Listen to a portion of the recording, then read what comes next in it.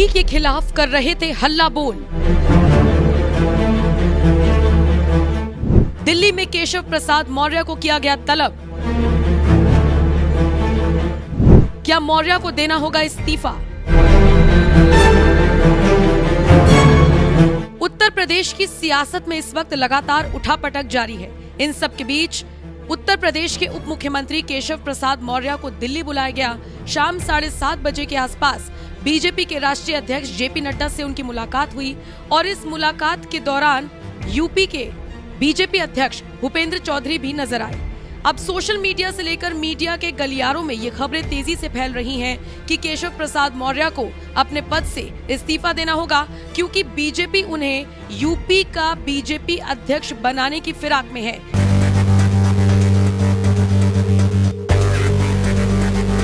देखिए, एक तीर से बीजेपी कैसे दो निशाने साधेगी। एक तो बढ़ती योगी की लोकप्रियता को देखते हुए उन्हें हटाया जाना लगभग नामुमकिन सा नजर आ रहा है, और अगर योगी को सत्ता से हटाया जाता है तो फिर 27 का चुनाव किसके चेहरे पर लड़ा जाएगा। लेकिन इसी के साथ बीजेपी के सामने ये भी टेंशन है कि पिछड़ा वर्ग को अपने साथ कैसे किया जाए। शायद इसीलिए अब बीजेपी आलाकमान एक तीर से दो निशाने करने की फिराक में है, और इसीलिए माना यह जा रहा है कि 2027 का चुनाव योगी के चेहरे पर ही लड़ा जाएगा। और इसी के साथ केशव प्रसाद मौर्य को बड़ी जिम्मेदारी देते हुए बीजेपी का प्रदेश अध्यक्ष बनाया जा सकता है।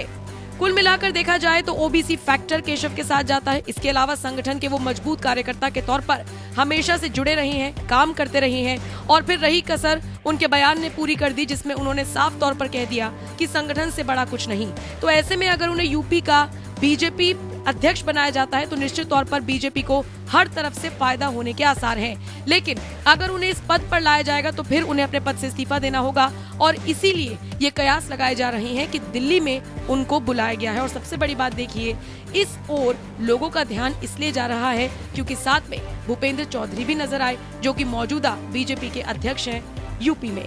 बहरहाल इस पूरे प्रकरण को लेकर अजीत भारती, जो कि जाने माने पत्रकार हैं, उन्होंने क्या कुछ लिखा है वो सबको पढ़ना चाहिए। अजीत भारती लिखते हैं, केशव प्रसाद मौर्य के कार्यालय जाने के समाचार और उसके विश्लेषण तो हैं, पर बाहर आने के वीडियो नहीं दिख रहे। बड़ा फैसला हुआ कि नहीं? योगी जी को फोन करूं कि सुबह तक वो मुख्यमंत्री नहीं रहेंगे? पत्रकारों ने बड़ी खबर और बड़ा फैसला के चक्कर में पत्रकारिता को गर्त में गिरा दिया। सुबह पूरी जानकारी पता कर लीजिएगा कि वहाँ पर क्या हुआ, यदि आपके कोई सूत्र हैं तो। कई नेताओं को उनका बड़बोलापन और फोटो खिंचाकर कुछ होने वाला है कि संकेत देना महंगा पड़ रहा है। एक लॉबी लगी हुई है लोकसभा हार का ठीकरा योगी पर फोड़ने के लिए, लेकिन जस्टिफिकेशन क्या दोगे? समाचार पत्र का युग नहीं रहा, हर बात सोशल मीडिया पर उपलब्ध रहती है। मौर्य हो या पाठक, वो जो कर रहे हैं उनकी राजनीतिक यात्रा में बहुत काम नहीं आने वाला। योगी आंख की किरकिरी होकर भी उत्तर प्रदेश की वास्तविकता हैं और बने रहेंगे, जैसे कि राष्ट्रीय परिदृश्य में मोदी। पार्टी चाहकर भी इन दोनों के विरोध में जाने का सोच भी नहीं सकती। मौर्य जी को फोन करके पूछिएगा कि भीतर में क्या बात हुई कि नड्डा जी को पुष्प कुछ देने का फोटो ट्वीट नहीं कर पाए। इसके अलावा अजीत भारती ने एक और ट्वीट में लंबा चौड़ा पोस्ट करते हुए क्या लिखा, जरा सुनिए। अभी के राजनीतिक परिदृश्य में योगी मोदी ही एकमात्र उचित मार्ग है। जो भी इसके इतर किसी को काटने, किसी को छांटने के लिए ये सोच रहे हैं कि यूपी चुनाव हरवाकर योगी का कद छोटा कर देंगे तो वो भ्रमित है। जब जब ऐसे नकारे समाचार फैलते हैं या कतिपय कारणों से फैलाए जाते हैं, तब तब नरेंद्र मोदी का हाथ योगी आदित्यनाथ के कंधे पर दिखता है।